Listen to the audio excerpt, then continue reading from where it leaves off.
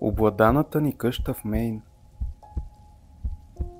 Преди около 6-7 месеца семейството ми се премести в къща в Мейн, построена през 1986 година. След като се преместихме, майка ми се сприятели с предишните собственици. Семейство, състоящо се от майка, баща и техния син.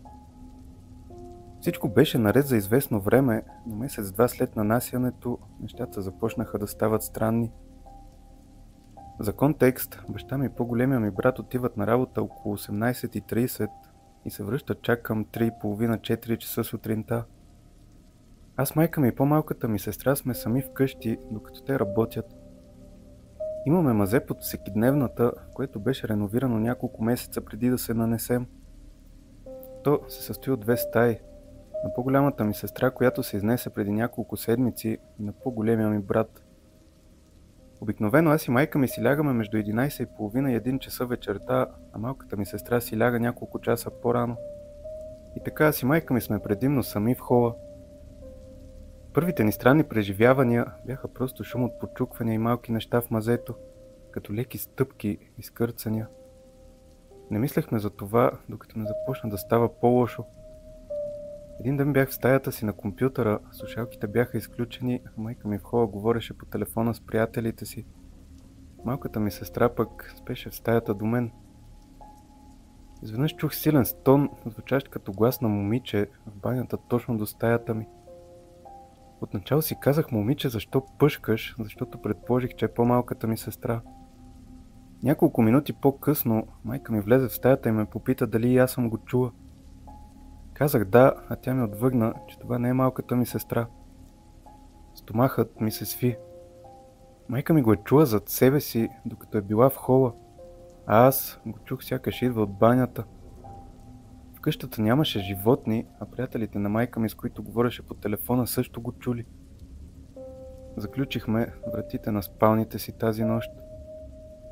Няколко дни след това, точно преди лягане, аз и майка ми започнахме да чуваме неща като говорене и леки стъпки долу, звучеше като мъжки глас. Звуците станаха толкова силни, че майка ми се обади на баща ми и брат ми и накара да се приберат по-рано, за да проверят къщата, страхувайки се, че в мазето ни може да има някого. За момент, докато чакахме в леглото, чух глас до прозореца.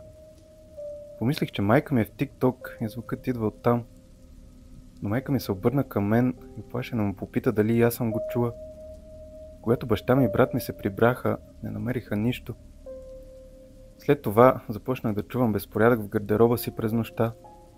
Предположих, че е вятърът, макар че вече знаех какво се случва. На следващия ден сутринта майка ми влезе в стаята ми и каза, че е говорила с предишните собственици. Майката ѝ разказала за сина си. Когато това се случило, синът ти бил между 8 и 10 години и неговата стая била моята сегашна стая. Жената казала, че детето не говорило с никого и твърдял, че вижда момче в килера. Оказало се, че имало младо момче, което е починал в района и е следвало сина и докато не се изнесли. Майка ми каза, че е възможно сега да преследва мен. Един друг път пък бях в кухнята около 2 часа сутринта. Всички спяха, аз се канех да измия чиниите. Преди да започна, чух нещо като детски плач. Веднага се притесних, защото помислих, че е малката ми сестра и допрях ухо до вратата на спалнята, но не чух нищо оттам. Върнах се в кухнята и го чух отново, след което спря. Друг път, около месец след предишната случка, говорех по телефона с най-добрата си приятелка. Отново беше вечер и отидох до кухнята да си взема нещо за ядене. Върнах се с чинията си в моята стая и приятелката ми ме попита какво ям. Докато отговарях, тя каза: чакай, спри. Какво беше това? Това ти ли беше? Оказа се, че чула тихо бръмчене, докато съм говорила, аз не чух нищо. Тя каза, че го чула по същото време, когато говорех, така че не може да съм била аз. А това пък беше последното ми преживяване и най-скорошното. Отидох долу, за да взема нещо от стаята на брат си в мазето и докато се качвах по стълбите, на последните няколко стъпала чух нещо като наникане от момче за около 2 секунди. Влязох в хола, погледнах майка ми, която беше на дивана и казах, че я чух да си тананика, а тя объркано отрече. Попитахме малката ми сестра, но тя също отрече. Веднага се обадих на най-добрата си приятелка, за да й кажа какво се е случило, и докато обяснявах, майка ми се беше надвесила над стълбите, викайки. Току-що го чух. Звучеше искрена, едновременно оплашена и шокирана. Тази нощ едва успях да заспя.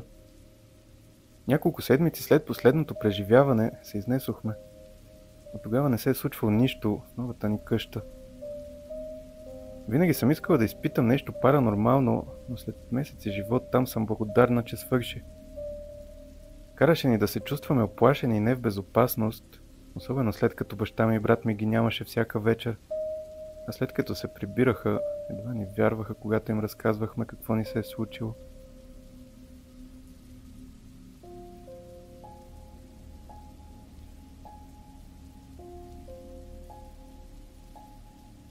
Не беше гласът на майка ми. Тази история се случи преди около 11 години, тогава бях абитуриент в гимназията. Това е най-умопомрачителното нещо, което някога съм преживявал. Важно е да се отбележи, че това се случи в средата на декември. Аз съм от Айова и зимата тук става студено през нощта. Ако останеш навън, ще умреш от студ. Освен това имайте предвид, че снеговалежът изостря всеки звук. Можете да чуете всичко и всички, както вътре в къщата, така и извън нея. Аз и моят най-добър приятел се мотаехме в мазето, което беше направено на стая. Просто прекарвахме скучна зимна нощ, играйки видеоигри, пък и бяхме сами вкъщи. Причината да сме само ние е, че майка ми отиде от работа направо на бар, за да изпие няколко питиета с колеги. Така че аз и приятелят ми решихме, че би било добра идея да нападнем семейното вино и, знаете, да се позабавляваме. Докато седяхме там и отваряхме първата бутилка, чух вратата на гаража да се отваря и затръшва. Веднага започнах да търся места, където да скрия бутилката, а приятелят ми каза. Мислех, че каза, че майка ти щеше да е навън цяла нощ. Така трябваше, отвърнах аз. След това чух няколко тежки тропота и майка ми да вика. Има ли някой вкъщи? Качвах се нагоре по стълбите. Да, просто се мотая в мазето. Чух още няколко стъпки от вратата на гаража към стълбите и тя отново извика. Можеш ли да дойдеш да ми помогнеш тук горе?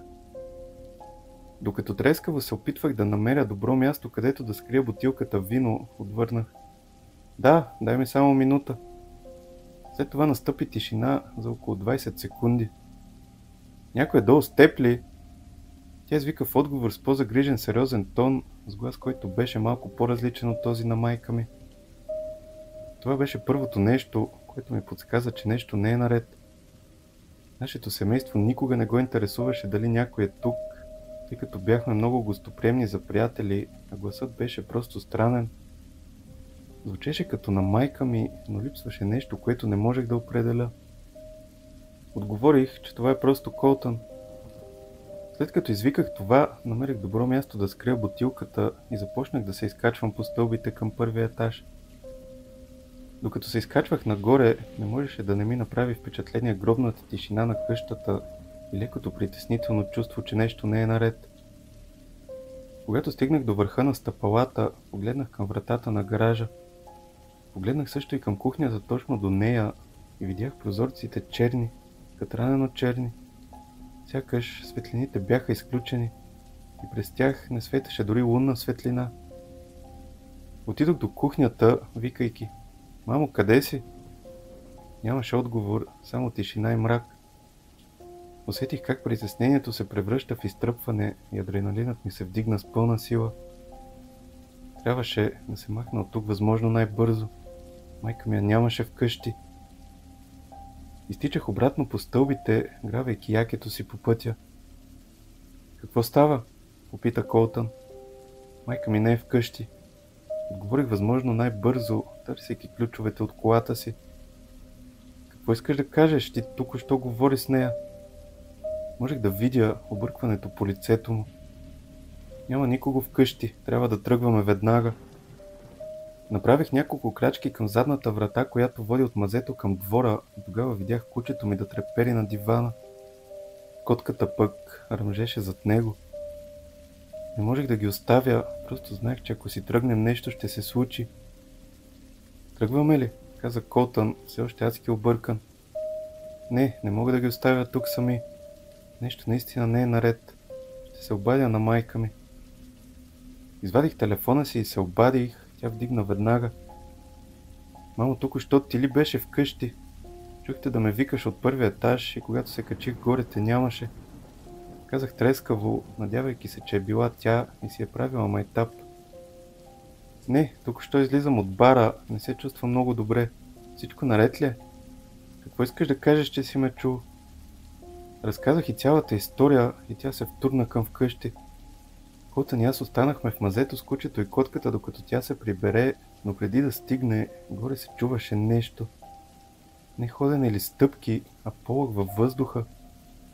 Като невидима материя, която бавно се движеше от една стая в друга. Думата, с която инстинктивно бих описал това, е гладен. Когато тя се прибра, можех да почувствам как нещото си тръгва също толкова бързо, колкото и дойде. Сякаш властното хищническо присъствие току-що е отлетяло. До ден днешен не сме разбрали какво по дяволите се случи. Това е само една история от многото необясними неща, които са ни се случвали, но е най-лесното за описване. И е такова, за което бях щастлив, че имам свидетел. Майка ми вече не е сред нас и аз се преместих в Аризона. Но винаги, когато се върна в Айова и видя Колтън, той се плаши от случилото се. Никога няма да разбера какво наистина се случи, но знам, че каквото и да беше това с гласа на майка ми, беше зло и беше гладно.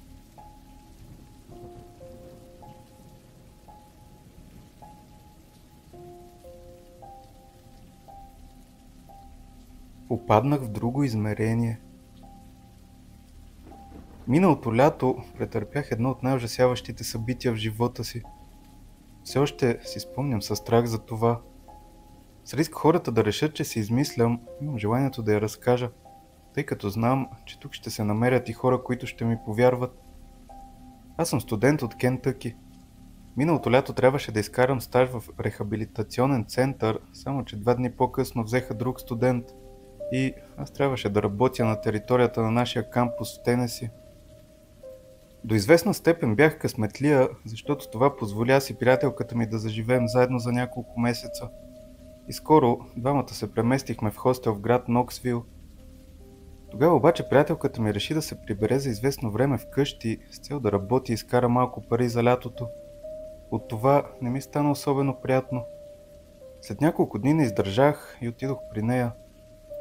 Забавлявахме се за 1 седмица. После се върнах и тогава кошмарът започна. Маршрутът от дома ми до кампуса всъщност е доста прост. Карам по магистралата около планините, стигам до град Ноксвил и след това завивам по друга магистрала към университета. Навръщане е същият път. Във въпросния ден напуснах университета доста късно, навън вече се беше стъмнило. Въпреки това обаче всичко останало изглеждаше обикновено. Потеклих през Ноксвил и се качих на магистралата, водеща към дома ми. Карах и слушах музика, когато внезапно ми се стори, че нещо не е наред. Изключих музиката и погледнах екрана на GPS-а. Показваше някакъв голям завой, само че в действителност въобще не виждах завой на магистралата. Тогава тя внезапно свърши с задънена улица. Явно нещо се беше случило, тъй като знаех, че тази магистрала е дълга. Освен това, отиваше до някогашния ми лицей в Лексингтън, Кентъки. Реших, че още в Ноксвил съм объркал пътя, затова обърнах и тръгнах назад. Карах бавно и внимателно. Вече беше 3 часа сутринта, аз карах и карах. Около мен нямаше жива душа и нито една кола. Най-накрая стигнах до въпросната отсечка и ненадейно радиото ми спря да работи. Чуваше се единствено статично пукане. Бях доста изненадан и се пробвах да хвана друга станция, само че където и да превключах, чувах единствено тишина. Накрая се натъкнах на някаква станция, която звучеше ретро музика. По качеството на записа бих предположил, че това е музика от 30-те и 40-те години на 20 век. Музиката обаче ми се стори много злокобна и аз изключих радиото.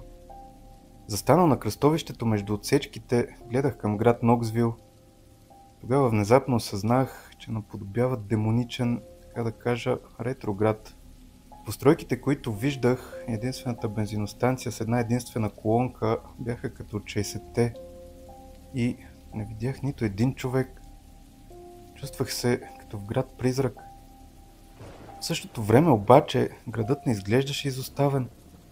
Улиците бяха чисти. Тогава видях пожарна кола и тя също изглеждаше като от 60-те. Най-накрая потеглих и тръгнах по пътя към града. Всичко в близост беше също от 50-те и 60-те години и аз бавно започнах да изпадам в паника. Започна да ми се струва, че ме преследват. Следващия миг пътят ненадейно се стесни толкова, че колата ми заемаше цялата му широчина. Дърветата в близост бяха съвсем различни от това, което помня, бяха високи и необятни. По пътя нямаше никакви улични лампи и беше пълен мрак. Изведнъж видях завой. Забелязах го заради дребния жълт фенер, който стоеше до малък параклис. Параклисът изглеждаше античен и без купол. Казах си, какво по дяволите? Обърнах се и единствената ми мисъл беше да се прибера от дома, възможно най-скоро. Фаровете на колата ми бяха единствен източник на светлина, а пътят изглеждаше остарял и на практика изоставен.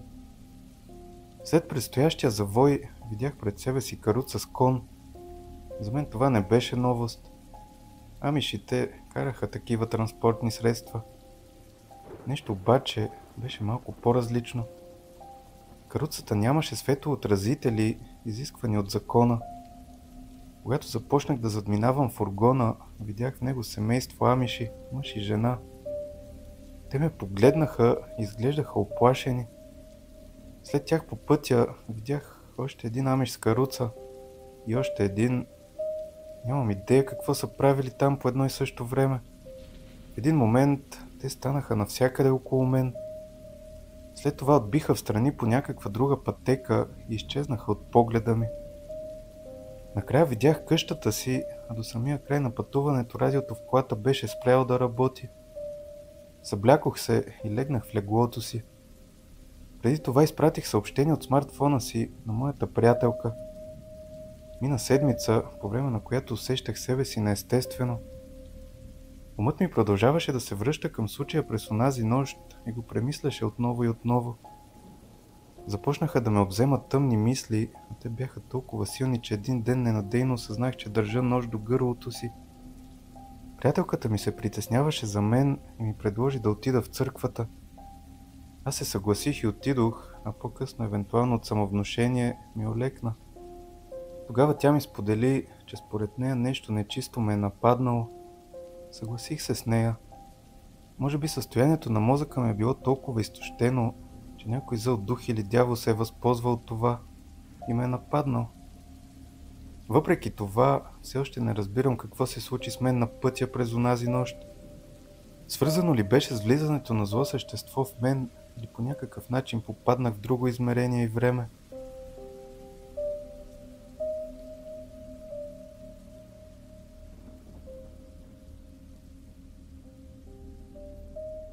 Опитът ми в Dark Web.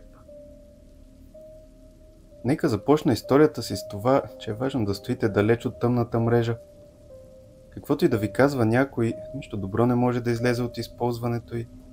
И аз съм на път да ви разкажа защо. Бях на 15, когато това се случи. Бях се прибрал от училище в петък след обед, готов да се отпусна, да си почина и да се насладя на кратката почивка. Бях започнал да се уча да програмирам преди около година. Нищо прекалено изискано, основи на Python, Java, HTTPS и така нататък. Практикувах го ежедневно. Разбира се, знаех за тъмната мрежа преди това да се случи, понякога купувах трева от нея, но всичко приключваше до там. Този конкретен ден обаче реших да се впусна по-далеч и наистина да надникна отвъд. Сигурен съм, че много хора са запознати с диаграмата на айсберга, представляваща съдържанието на интернет. За тези, които не знаят, достъпната от обикновен браузър мрежа съдържа около 10% от съдържанието на интернет, докато дълбоката и тъмната мрежи вземат останалите 90%. Бях готов да видя какво наистина се крие там. Чувал съм истории за това, което се случва в дълбоката мрежа. Убийства, нечовешки изтезания, червени стаи и така нататък. Наистина не вярвах, че всички те са истински, затова скочих втори и започнах да търся какво мога да изровя. Започнах, влизайки в скритото уики и разглеждайки различни уебсайтове. Повечето от тях съдържаха незаконни неща като наркотици, хакери, наемни убийци и много порнографски материали. Щракнах върху произволна връзка във форум, зареждането на което отне около минута. Иска ми се да мога да си спомня името му. Това беше форум, където хората можеха да изберат тема, за която искат да говорят, като например политика, справяне с психичното здраве и така нататък. Забелязах, че една от темите беше форум за педо и аз дори не исках да навлизам в подробности за това, което видях там. Имаше обаче една конкретна страница, която привлече вниманието ми. Връзката беше изцяло червена, докато останалите бяха изцяло черни. На нея пишеше: "Не е за слаби хора, влизате на свой собствен риск."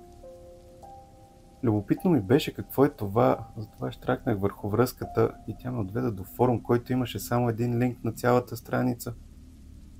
Щракнах върху връзката и тя ме доведе до стая за чат. Разбрах, че никой не казва нищо в него, само изпраща линкове. Това предизвика тревога в главата ми, защото имах представа какво се съдържа отвъд тези връзки. Искаше ми се да бях послушал усещането си, което ми казваше да затворя докато все още мога. Въпреки това, невежият любопитен тинейджър в мен надделя и започнах да създавам някаква защита за себе си. Използвах кода, който бях научил.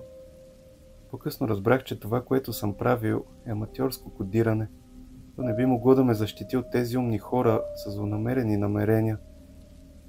Щракнах върху произволна връзка и страницата се зареди изненадващо бързо. Изглеждаше като друга стая за чат. Отидох да напиша "здравей" или нещо подобно, но чатът не ми позволи. Въздъхнах и започнах да местя мишката, за да отида на предишната страница, когато се чу звук. Бях получил съобщение. То гласеше: "Здравей, нов потребител. Виждам, че си намерил моя сайт. Искаш ли да продължиш?" Опитах да пиша отново, но пак не успях. Следващото съобщение предизвика тръпки по гърба ми. Ръцете ми се разтреперват, само като си го припомня. Пишеше: "Не, синко, не клавиатурата." Опитах се да изключа компютъра, но разбира се, нищо не сработи. Появи се друго съобщение, което гласеше: "Предполагам, че ще приема това като не." Екранът изведнъж се промени и започна да се възпроизвежда видео. Беше черен екран, но чух дълбок мъжки глас да казва: "За твое съжаление, нямаш избор." Грабнах една лепенка от бюрото си и я поставих върху веб камерата. Тогава на екранът се изписа: "Значи ще играем игри сега, а?" След това видеото започна да се променя и разбрах, че мъжът сваля ръката си от камерата. Той беше нисък, може би 1,70, но това не ме успокояваше. Той вдигна нож и каза: "Назови една част от тялото." Тогава за първи път забелязах парче плат в ъгъла на стаята. Той покриваше нещо, което можех само да предположа, че е тяло. Видях достатъчно.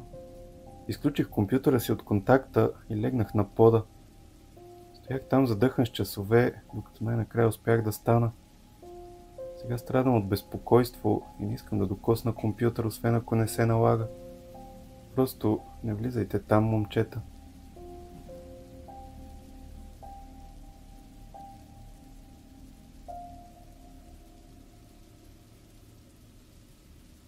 Травмиращата нощна смяна. Това е може би най-ужасното и необяснимо нещо, което някога ми се е случвало. По това време работех през нощта като охрана на местното пристанище. Обикновено никой от работниците не оставаше през нощта, освен служителите по безопасността. Не бях сам на смяна, тъй като мястото имаше радиус от почти 2 мили.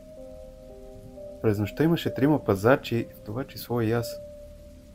Тъй като районът беше доста голям, имаше различни постове, а предната порта беше зоната на главния вход, където всички пазачи са разположени по тъмно. Нямаше нужда да ни поставят на други постове, поради факта, че при тях нямаше дейност по това време.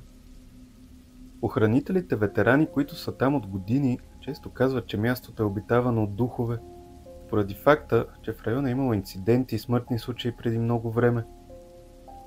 Знаех, че хора са загивали там вследствие на странни инциденти и вярвам в ангели и демони, тъй като съм религиозен човек. Но винаги съм смятал, че началниците просто се занасят с новите момчета. Работех между 5 и 6 нощи през седмицата и през първите няколко седмици не видях или чух нищо необичайно, с изключение може би на няколко съмнителни теча и няколко необичайни предмети, докато патрулирах, но нищо твърде странно. Само за да ви опиша обстановката, това е доста голям обект и в случаите, когато имаше големи проекти, които се строяха на пристанището, работниците понякога оставаха да пренощуват. Поради факта, че имаше моменти, когато работниците трябваше да останат на пристанището за няколко дни, на мястото имаше фитнес зала за тяхно удобство. Тази фитнес зала е доста стара. Вътре имаше сауна, тежести и дори игрище за ракетбол. Ако не знаете какво е игрище за ракетбол, то е подобно на закрит тенис корт, с тънки измазани стени и дебели стъклени врати.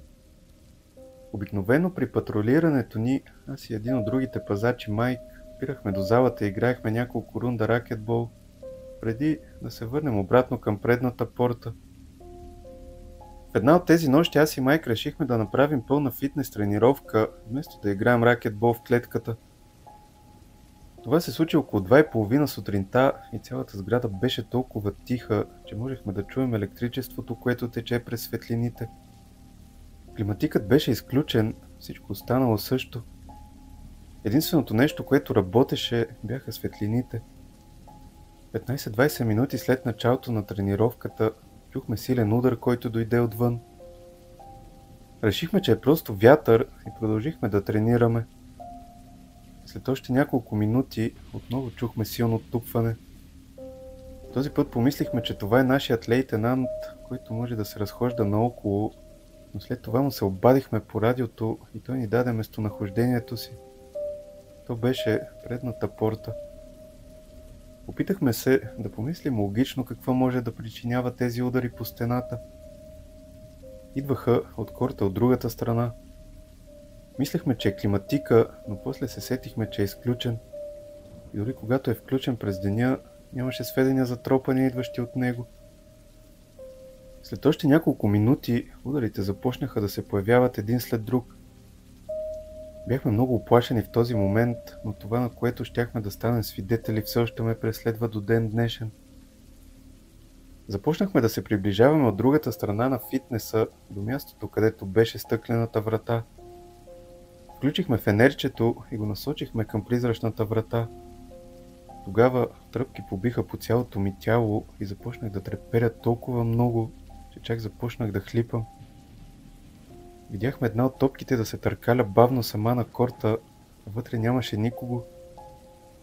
Това означаваше, че силните удари са били мистериозно хвърляни топки към стената. Сякаш някой или нещо се играеше в клетката. И двамата бяхме объркани и уплашени от факта, че това наистина се случва. Не можехме да асимилираме ситуацията. Бяхме сковани от страх и започнахме да викаме и бягаме, защото знаехме, че вероятно нещо зло си играе с нас точно на това място. Докато спринтирахме с пълна скорост обратно към предната порта, лейтенантът ни видя и попита защо бягаме по този нелеп начин. Казахме му на какво сме станали свидетели и изражението на лицето му ни изплаши още повече. Той отвърна, че именно за това тук има толкова много пазачи, които често напускат. Нещо зло витае в района. Това очевидно не беше първия път, когато нещо лошо се случва тук. След това ни показа кадри от камерите за сигурност на тъмни фигури и сенки, буквално преминаващи през офисните части и на мистериозно включващи се и изгасващи светлини.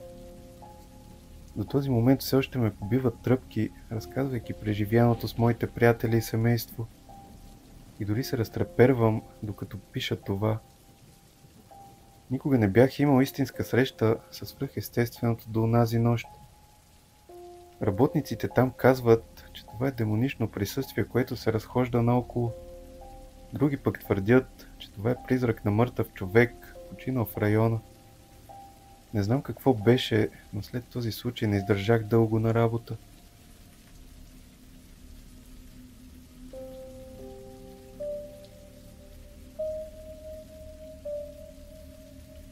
Сам вкъщи със старото ни куче. Това се случи преди доста време, вероятно преди повече от 10 години. Бях в последните години в гимназията и бях останал сам вкъщи. Родителите ми бяха на сватба, което налагаше да останат в хотел, а брат ми работеше нощна смяна. По това време семейството ми живееше в много голям град на източното крайбрежие. Като тинейджър бях самотник. Не бях странен или нещо такова. Напротив, бях голям пич, който имаше приятели и ходеше на срещи, но съм интроверт по природа. Така че ценях малкото време сам, което имах. Този уикенд очаквах с нетърпение да оползотворя времето си в празната къща. Щях да играя на PlayStation на големия телевизор, след това да си поръчам късна вечеря за вкъщи, пица или китайско, докато гледам Dragon Ball Z. След това, около 2 часа сутринта, ще заспя на дивана със старото ни куче Сесил. Сесил беше в семейството ни от около 8 години. Той беше тих и спокоен и прекарваше времето си в молби за храна и сън. За разлика от повечето бигали, той никога не виеше и не лаеше.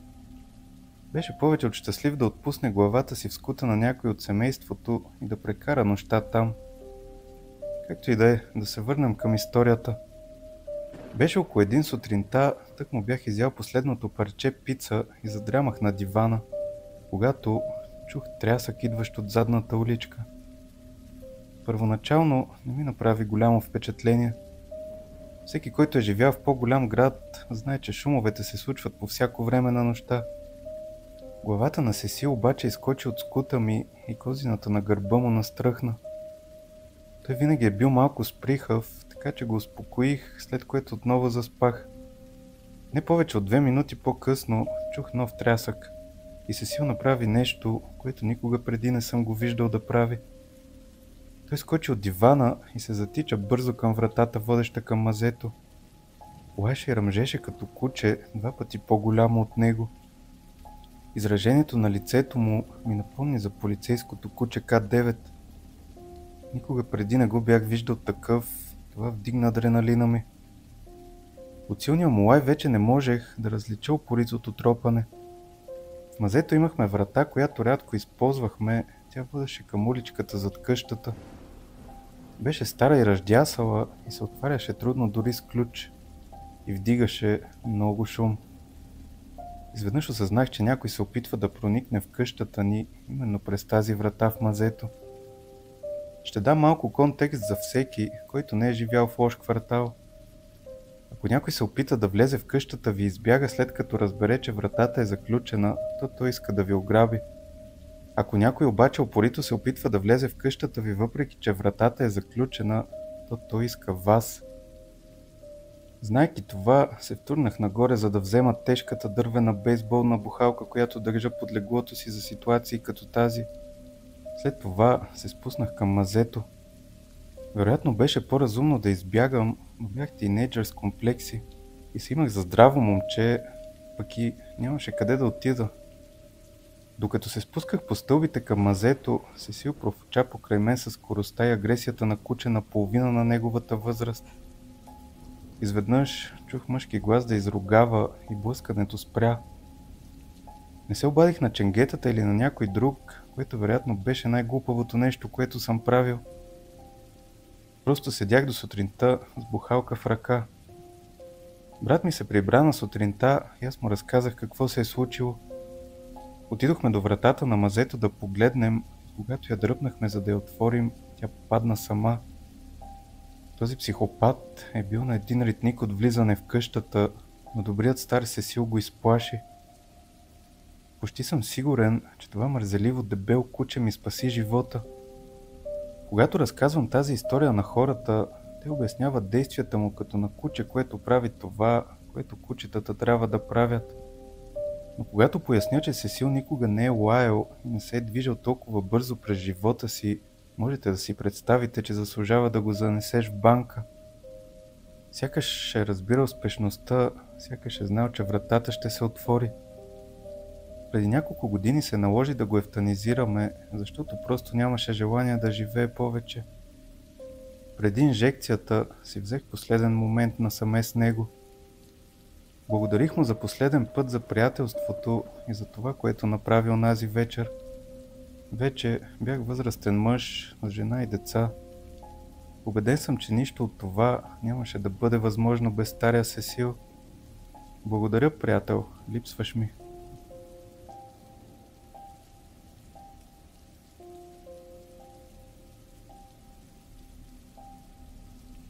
Срещнах скинуокър в гората. Аз съм ловец.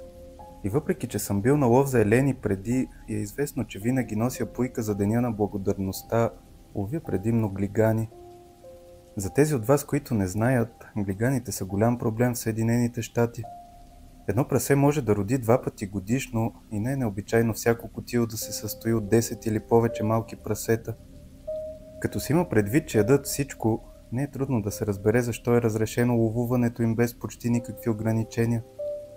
В моя щат е незаконно да се ловуват повечето от големите бозайници с оптики с нощно или термично виждане, с изключение на глигани и койоти.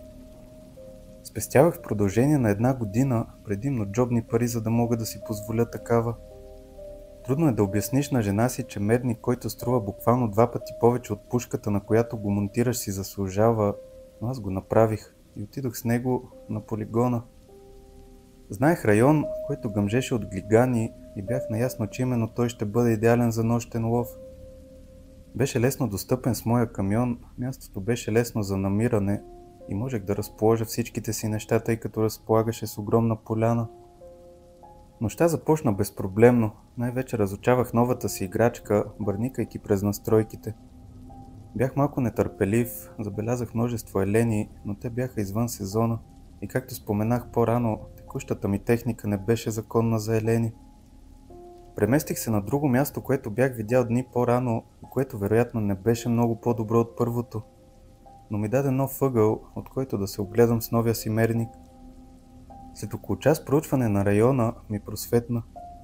Това място изобщо не разполагаше с голяма животинска активност, нямаше зайци или сови, елените, които бях видял, бяха на стотици ярди от мястото, където се намирах. Защо тази земя беше толкова мъртва през нощта, но оживена през деня? Бях започнал от около 10 часа вечерта, а сега беше около 2 часа сутринта. Вече мислех за събиране на багажа, може би за няколко тренировъчни изстрела по поставена от мен мишена, преди да си тръгна. Тогава обаче чух рощене от посоката, от която бях дошъл. Обърнах мерника си и видях силуета на малка мечка, която се буташе между храстите. Важно е да се отбележи, че моят мерник не бе точно с нощно виждане. Разполагаше с термичен обхват, нещо като черно-бяла версия на това, което виждате във филмите за лов на хищници. Нагласих мерника си и увеличих малко. Спомням си, че леко се разтресох, когато видях, че всъщност това не беше мечка, а човек. Тъй като беше много нисък и прегърбен, си бях помислил, че гледам млада мечка. Това някаква видеоигра ли е? Не можеше да бъде. Щях да видя фаровете да идват нагоре по пътя от мястото, където бях паркирал, ако някой беше дошъл. А и откъде може да е тръгнал? Бях на поне 30 мили от всякакви населени места. Тък му се канех да извикам, когато нагласих мерника си, забелязах, че той беше гол. Без обувки и панталони, нямаше нищо върху себе си. Спомням си, че бях обезпокоен от движенията му, тъй като се движеше като катерица или нещо подобно. Потрепваше и взимаше листа от земята, душеше наоколо и опипваше дърветата. Това моето дърво ли беше? Онова, на което се облягах по-рано? Мисълта ме ужаси. А можеше ли да ме помирише? Тогава той направи нещо, за което и до ден днешен сънувам кошмари. Той клекна и постави ръце в мръсотията пред краката си.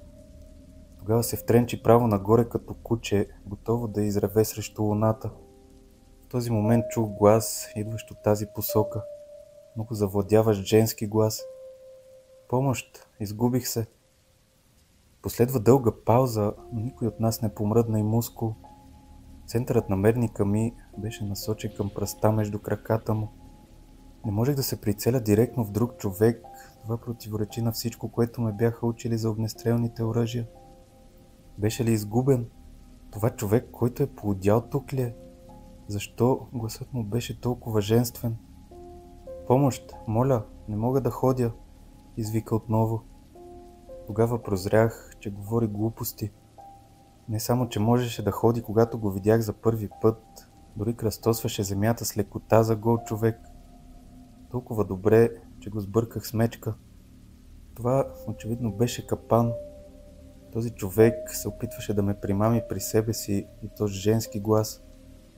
За щастие, липсата на животинска активност преди това ме беше принудила да опаковам по-голямата част от екипировката си. Мисля, че е възможно да съм забравил шапка и подложка за сядане там, но в този момент не ми пукаше. Откъснах очи от него за момент, за да си взема раницата. Закопчах през рамката на гърдите си и отново хванах пушката си. За мой ужас той все още стоеше в същото положение, но лицето му гледаше в моята посока и кълна се, че видях усмивка. Топлинният мерник има ефект, който кара очите на животните да изглеждат бели. Как по дяволите ме чу да ставам и да си слагам екипировката. Трябва да е бил на поне 150 ярда от мен. Майната ти, изкрещях в неговата посока. Той се изправи и ми направи впечатление колко висок и слаб беше. Поне 6 фута и много слаб. Направи няколко дълги крачки в моята посока и аз инстинктивно изпратих куршум над главата му, високо в дърветата. Изглеждаше адски откачен, но не беше заплашил живота ми с нищо. Какво щях да кажа на ченгетата? Не исках и не бях готов да застрелям някого. Той застина като мъртъв и се прегърби на 4 крака. Следващият ще те хване, махай се. Той стана на 4 крака и този път бях насочил мерника си право към челото му. Очите му бяха точно на нивото на тревата, като на голяма котка или нещо подобно. Опитвах се да спра да треперя и тогава разбрах, че гласът ми малко се е пречупил при последното предупреждение. Бях ужасен. Това противопоставяне на инстинктите ми вероятно продължи само минута-две, може би дори по-малко, но ми се стори като цяла вечност. В един миг той се втурна наляво по посока на дърветата срещу пътя. Но тук беше твърдението, че не може да ходи. Толкова бързо се движеше, че едва го задържах в полезрението си. Той изчезна в храстите и аз изстрелях друг куршум нависоко в неговата посока. Презаредих пушката си и побързах да се разкарам от тук. Не бях далеч от камиона си и исках да се махна от това място. Чувах го отдалеч как крещи с този странен звук, който можеше да е както смях, така и плач. Изкатерих се по пътеката и стигнах до камиона задъхан. Хвърлих екипировката си на задната седалка, но оставих пушката на пътническата предна седалка и потеглих. Дълго време разказвах тази история от гледна точка на това, че съм срещнал някакъв обезумял човек, живеещ извън населено място, като някакъв пещерняк. Съобщих това и на полицията, но всичко, което направиха, беше да ми се скарат, че ловувам сам през нощта. Така и не получих информация дали са провели разследване. Едва когато разказах тази история на един къмпинг, моя племенник ми разказа за същества, наречени Уендиго и скинуокъри. Разказът ми го беше изплашил, защото мястото, на което лагерувахме, технически беше същата гора, в която бях видял копелето, само на 50 мили източно от мястото. Той бе толкова оплашен, че майка му, моята братовчетка, трябваше да го прибере от дома. Беше ми наистина ядосана. Не казвам непременно, че това, което видях, беше Уендиго или скинуокър. Казвам, че ако такова нещо съществува, може да съм извадил голям късмет онази нощ.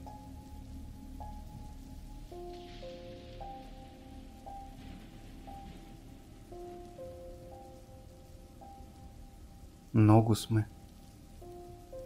Когато бях в гимназията, бях редовен потребител в чат стаите в Deep Web. 5 месеца посещавах стаите всеки път, когато ми се отдадеше възможност. Започнах да си чатя с един потребител, който намирах за много готин, понеже постоянно ми пращаше линкове към смешни клипчета. Някъде към третия месец обаче всичко се промени. Той започна да ми праща линкове към странни стаи с съмнителни стримове на живо. Един ден, когато отворих един такъв стрим, видях жена окована за легло с завързани очи и уста. Затворих стрима и продължих да се ровя за нещо друго. Само че мишката започна да се движи сама. Движеше се много бързо по екрана, докато не отвори отново онзи стрим. Жената си стоеше там, окована и завързана, без да мърда. Появи се мъж с чувал на главата, който имаше една дупка, от която се виждаше неговото око. Той премести камерата към една масичка, на която имаше хирургически трион, пистолет, ножица и браснарско ножче. После завъртя камерата към себе си и каза на зрителите да си изберат инструмент. В чата започнаха да се пишат хиляди неща от хиляди хора, но като че ли повече бяха за ножиците и ножчето. След това мъжът с чувала обръсна главата на жената и каза да си изберат следващ инструмент. Всички избраха пистолета. Той го взе и го опря до главата на жената. Тя започна да вика и да плаче. Някак си върнах контрола над мишката и затворих прозореца с стрима моментално. Все още опитвах да осмисля какво се беше случило, когато прозорецът отново се отвори. Беше същият мъж с чувал на главата. До него имаше варел, който изглеждаше пълен с вряла вода. Опитах се отново да затворя стрима, но нямах контрол над мишката. На заден план се чуваше различна жена, която плачеше. На екрана се появиха варел, бухалка и огнехвъргачка. Тогава мъжът зададе отново същия въпрос, но чатът този път беше раздвоен между огнехвъргачката и варела. Тогава мъжът каза, че ще използва и двете. Изблъска жената към единия край на камерата, прицели се с огнехвъргачката и натисна спусъка към варела с водата. Жената беше завързана с вериги за стола. Водата от варела започна да кипи. Жената започна да вика и да рита още повече. В това време се появи още един мъж. Развърза я и заедно с предишния я хвърли във варела. Екранът стана черен. Все още можех да чуя агонизиращите писъци на жената. 2 минути можех да чувам единствено и само това, след което всичко спря. Камерата се пусна отново, като беше фокусирана над варела. Двамата мъже седяха до него, гледайки в обектива и дишайки тежко, а жената, не знам как да го опиша, но беше отвратително. Тогава стримът свърши. Затворих всичко, което бях отворил на компютъра и го изгасих. Стоях в тишина за малко, разсъждавайки над случилото се. Честно казано, това не беше последния ми път в тъмната мрежа, защото всичко от видяното ми хареса. Там беше пълно с хора като мен, повече отколкото си мислите. Бъдете внимателни, когато използвате Deep или Dark Web.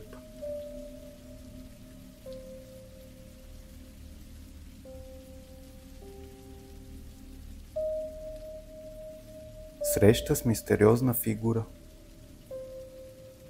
Израснах в малко южно градче, където всеки познаваше всеки.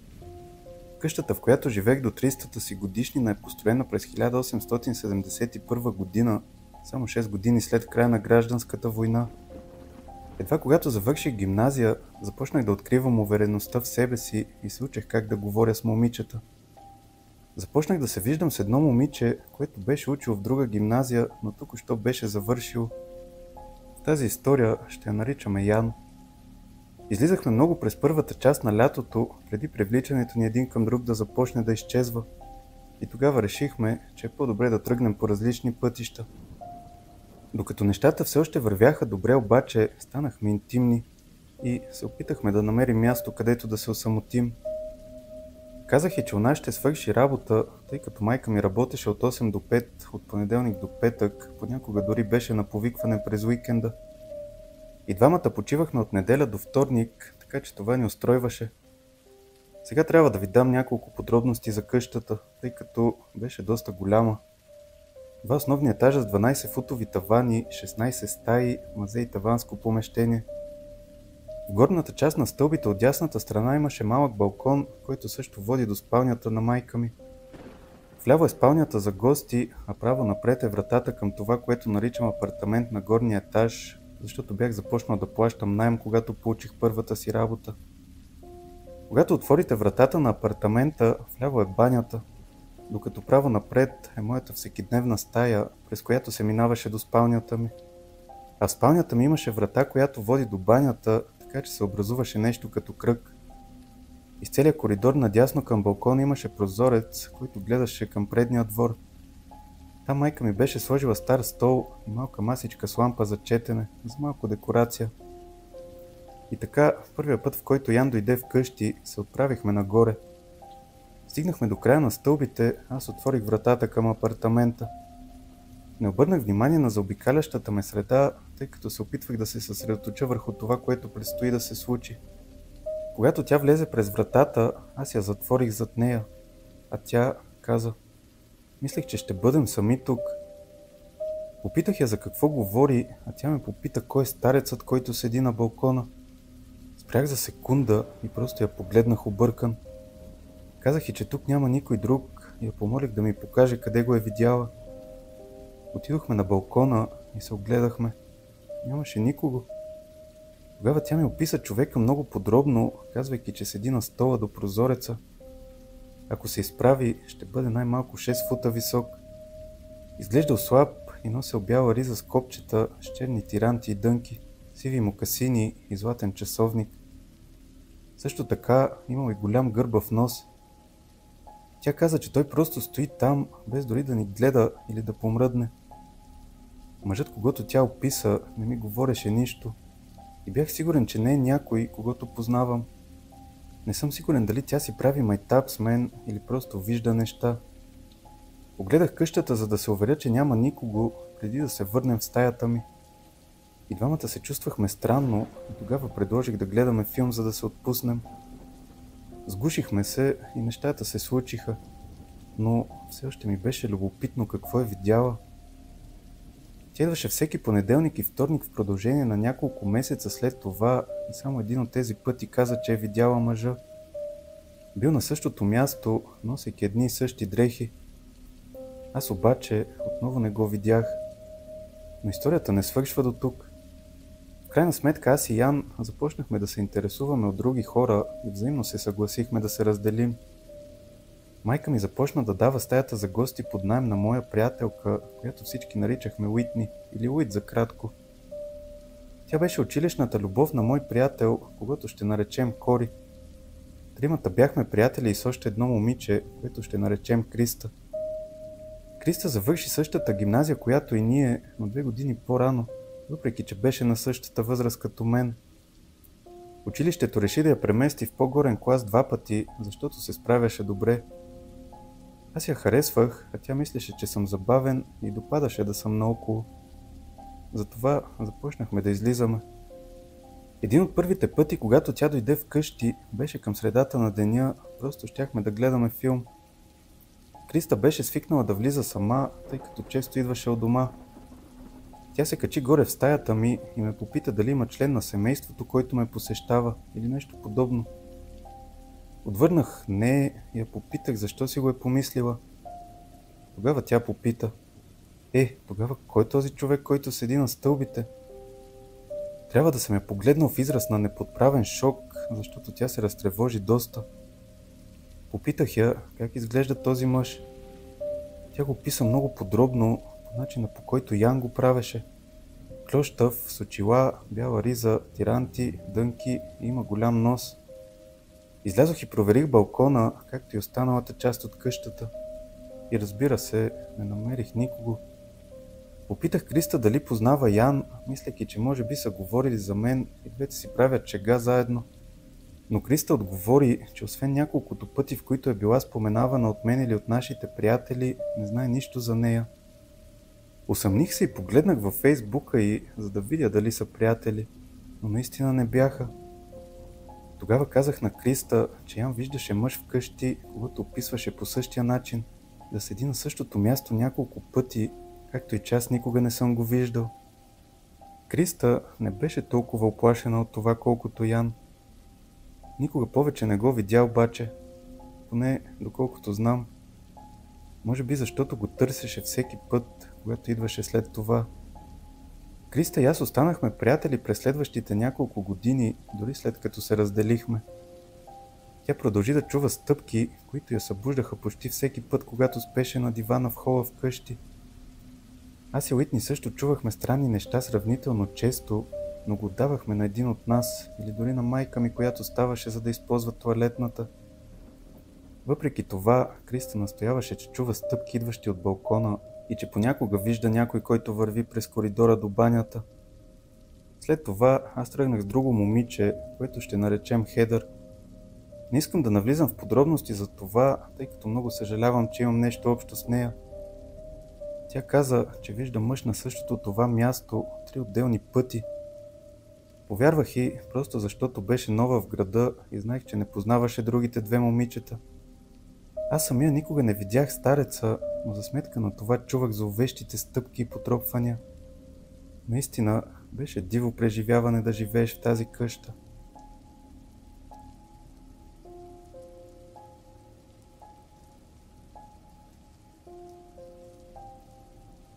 Най-странното нещо, което ми се е случвало. Това се случи преди около 10 години и съм го разказвал само на няколко души лице в лице. Повечето хора смятат, че е просто измислица. Честно казано, това беше едно от най-обезпокоителните неща, които някога са ми се случвали и ме превърна от скептик в до някъде вярващ. Когато бях 22 годишен студент 2 година, живеех в района на Сток във Великобритания. Бяхме наели стара къща с тераса с тогавашната ми приятелка и още няколко наши приятели. Беше страховита и тъмна къща, тъй като имаше единствено 2 прозореца отпред и съответно отзад. Имаше мръсно и влажно старо мазе с много стари мебели натъпкани вътре, а черна котка се появяваше и мялкаше на задната врата всяка вечер. С нея впоследствие се сприятелих и я храних. Тъмна и кална задънена улица служеше едновременно като двор и паркинг. Всичко това обаче не ме притесняваше толкова много. Самият аз съм израснал в доста страховита стара къща, построена в началото на 19 век. Както научих по-късно, това обаче притесняваше съквартиранта ми от долния етаж и приятелката му. Те редовно чуваха стъпки през нощта в коридора и в съседния хол, без да намират никого, когато отидат да проверят. Впоследствие разбрах, че студентите, които са живели там предишната година, вярвали, че къщата е обитавана от духове и са се изнесли с радост от нея. Ето сега и основната история. Семестърът ми приключи 4 седмици след този на всичките ми останали приятели, тъй като се беше наложил да лежа в болница за кратко. Това означаваше, че бях останал сам в тази голяма къща, която някак си харесвах. Аз съм интроверт и обичам времето, прекарано насаме със себе си. Затова и всичко започна страхотно. В продължение на 2 седмици се наслаждавах на това, въпреки страховитостта, която витаеше наоколо. След 2 седмици обаче започнах да усещам нарастващо чувство на страх, което не можех да рационализирам, нито да намеря причина за него. Не съм тревожен тип човек, затова въпреки него се наслаждавах на собствената си компания. Сякаш нищо не се случваше.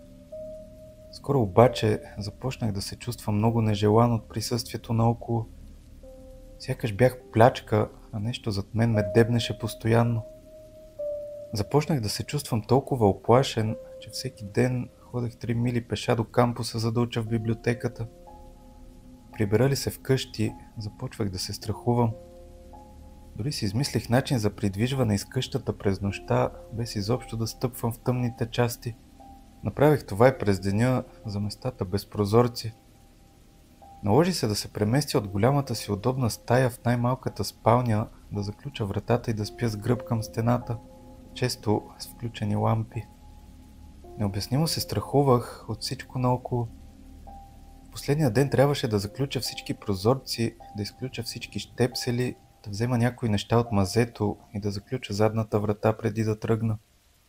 Бях напълно ужасен, имах чувството, че се движа на забавен каданс през цялото време. Обикалях систематично, за да се уверя, че лампата винаги е включена там, откъдето минавам и че не припарвам до тъмнината. Бях оставил всичките си неща на входната врата.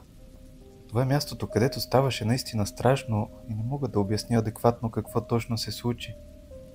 Беше късен следобед и все още светло навън, но къщата беше тъмна. Запътих се да изгася лампата в коридора. Ключът за осветление беше на около 4 метра от входната врата в подножието на стълбите. Горе беше тъмно. Нормално, защото нямаше прозорци и всички врати бяха затворени. Изключих лампата и се отдръпнах, без да обръщам гръб на стълбите. Дневната светлина все още осветяваше коридора от отворената входна врата. Но когато стигнах до вратата, се случи най-странното нещо досега. Космите на врата ми настръхнаха. За мой срам, ако ми се пикаеше по това време, мисля, че щях да се напикая в гащите. Видях и усетих черен сенчест облак, който бавно си проправяше път надолу по стълбите към мен. Чувствах нещото ужасно зло. Спънах се назад към улицата, затворих вратата и отвън всичко беше наред. Сякаш нищо не се беше случило току-що. Заключих вратата, поставих ключа в пощенската кутия и никога повече не видях къщата. Единственият начин, по който мога да обясня чувството, е да го прилича на Дементор от Хари Потър, само дето нямаше хуманоидна фигура, която да ме преследва. Не можех да го видя ясно, но знаех, че е там. Страхът и ужасът бяха неописуеми и от тогава никога не съм изпитвал нещо подобно. Нямам проблеми с психичното здраве, бях щастлив и не бях стресиран по това време. Дори се чувствам засрамен, докато разказвам тази история.